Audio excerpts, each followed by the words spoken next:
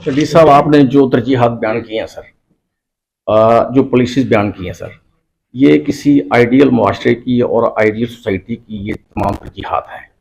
हम इस पर एक तो आपको अप्रिशिएट करते हैं और कोशिश करेंगे कि आपको सपोर्ट करें, इंफॉर्मेशन मुहैया करें।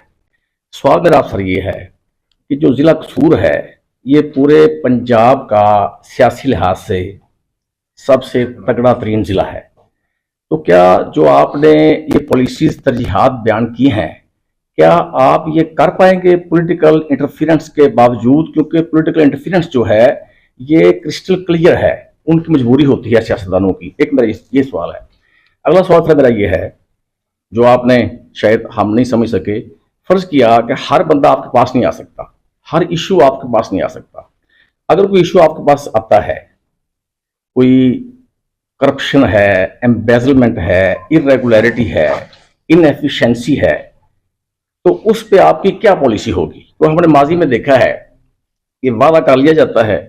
एक सड़क थी सर, यहाँ पे बन रही थी, उस पे एस्टीमेट में लिखा था कि सरिया मौजूद है। एस्टीमेट में हमने बताया डी साहब को कि सरिया मौजूद है, लेकिन सरिया नहीं डाला जा रहा। डी साहब ने रात के 2 बजे मुझे फोन किया कि आपकी बात दुरुस्त थी, सरिया नहीं डाला जा रहा। कुछ भी नहीं हुआ था। अच्छा, आपने सबसे पहले इंतहाई जो इम्पोर्टेंट क्वेश्चन है, देखिए हमारा एक डेमोक्रेटिक सिस्टम है, एक गवर्नेंस का स्ट्रक्चर है। जो इज़्ज़त अल्लाह ने पार्लियामेंटेरियंस को दी है उस पर कोई दो राय नहीं। वो इज़्ज़त मैंने पूरी सर्विस में ना किसी की ज़ुबान से तस्दीक की है और ना ही मैंने कभी अपने कंडक्ट के साथ। बकिया पॉलिटिकल प्रेशर की आपने बात की, देखें अवाम के जायज़ मसाइल भी होते हैं। ये नहीं हम कह सकते कि पॉलिटिशियन हमेशा गलत लेके आता है। तो पहले तो हमें एक अनबायस तरीके से अपने गवर्नेंस सिस्टम और जो डेमोक्रेटिक सिस्टम है हमारा, उसको देखना है।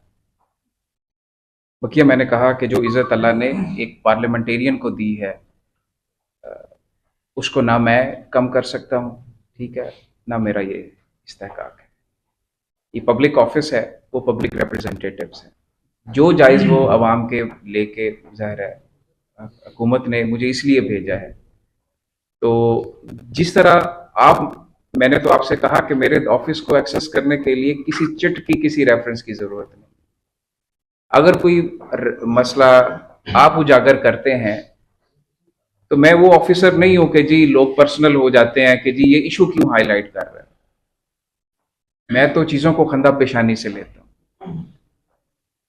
मुझे खुशी होती है कि जब लोग मसाइल उजागर करते हैं। मैं इश्यूज को कारपेट के अंडर जो है ना स्वीप करने वाला इंसान नहीं हूं।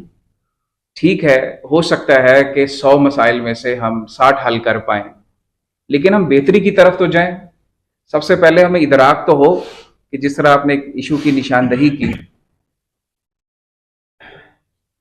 और आपके जो है हाईलाइट करने पे वो मसला अगर रेक्टिफाई हुआ नहीं हुआ वो एक सेपरेट बात है, लेकिन आपका एक पॉजिटिव कंट्रीब्यूशन तो है। हमारे पार्लियामेंटेरियंस, एग्जेक्टिव्स, सिविल सोसाइटी जब एक पेज पे होंगे और हमारी मंशा जो है अवाम के मसाइल को हल करना है। मेरा तो कभी किसी के साथ अल्हम्दुलिल्लाह आज तक कोई ईगो का इशू नहीं रहा। मैंने हमेशा सबकी इज्जत की है, चाहे वो एक आम इंसान है।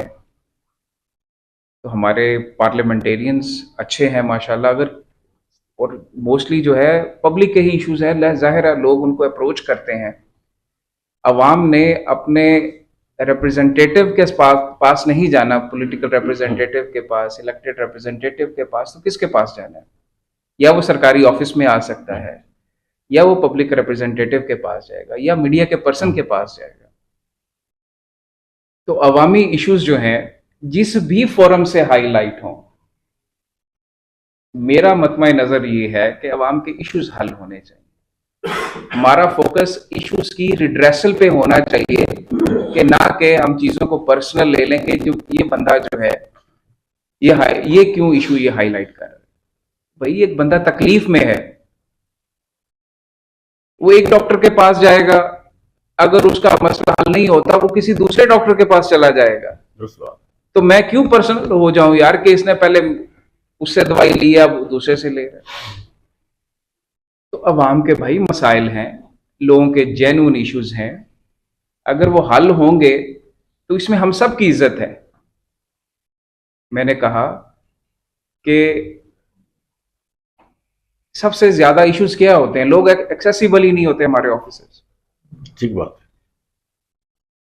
अगर मैं सबको एक्सेसिबल होना शुरू हो जाऊंगा तो सिफारिशें कम हो जाएंगी, मसाइल हल हो जाएंगे सर। ठीक बात है। तो मसला ही खत्म है। अल्लाह जी सबको इज्जत दे, और हम तो सबको साथ लेके चलने वाले हैं।